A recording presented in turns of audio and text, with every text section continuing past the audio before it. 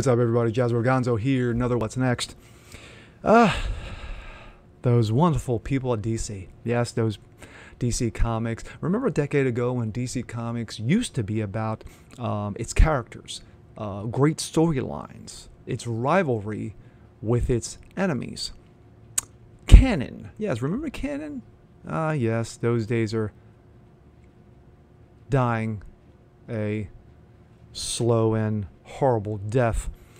A few videos ago, I did a video regarding the death of the Justice League, which of course is DC's latest ploy to try to get the fans in, because nothing says getting the fans back to reading comics by killing off your heroes. Yes.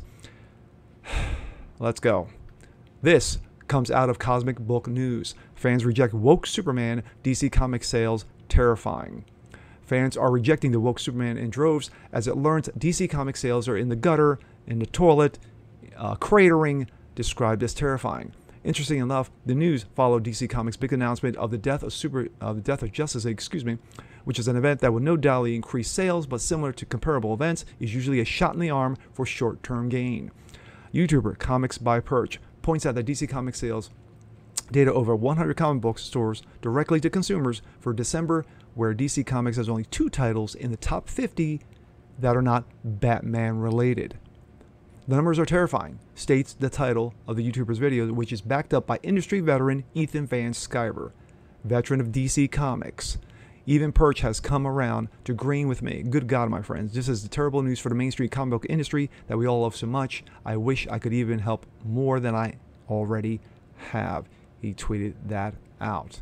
Now we go from that, speaking of, to this. Goes from bad to worse.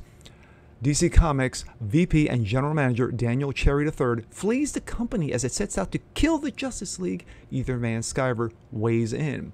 DC Comics Senior Vice President and General Manager Daniel Cherry III is bolting for the struggling company after only 16 months on the job. He saw the writing on the wall. The Hollywood Reporter states that he has stepped down in a surprise move tantamount to quitting with no reason given, according to multiple sources. DC is so far not commenting on the matter. Yeah, would you? THR also noticed that Cherry was brought in 2020 in a newly created position, of course, let's just make it up, to compensate for the harsh executive layoffs across the board at Warner Media and DC that led to the departure of co-publisher Dan Didio. Yeah, Dan Didio more than likely was forced out, who served his post for over a decade. Didio, who was reportedly fired unceremoniously when he was called into the home office in Burbank for a rather swift and curt meeting.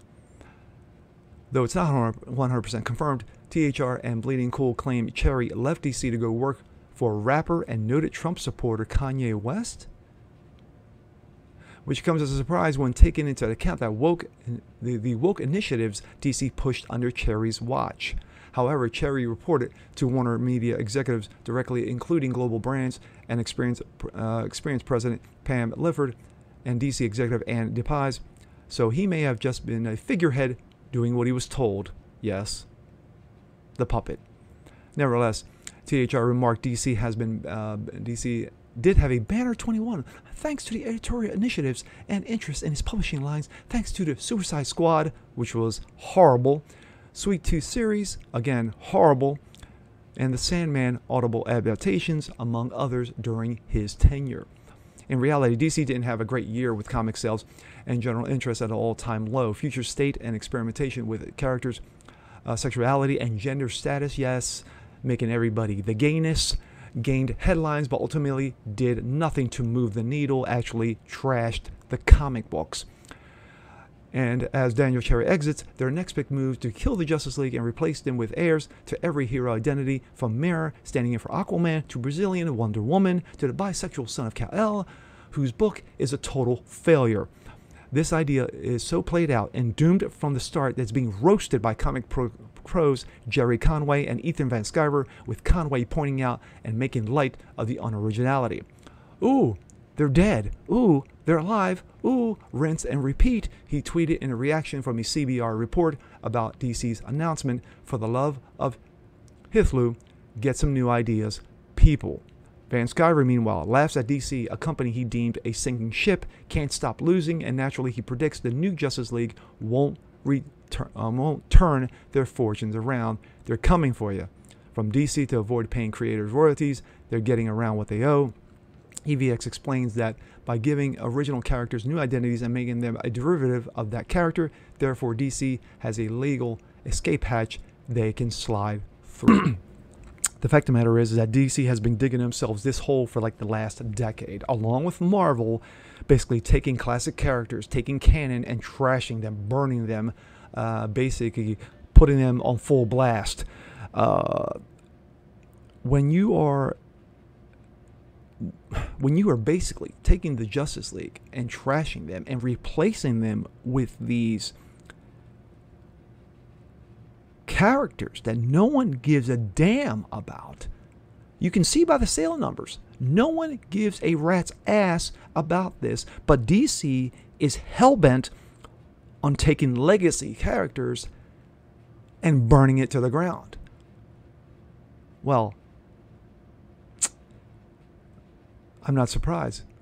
When you're afflicted with the woke, when you're afflicted with the cancer that is wokeness, you can only continue to bend the knee and kiss the ass. All the while, over across the sea in Japan, Japanese animators with manga and anime just continue to laugh. And with that being said, I'm Jazz Berganza. This is What's Next. Want to see more just like this? Please leave a comment below, like it, share it, subscribe to it. And we'll catch you guys next time. Peace.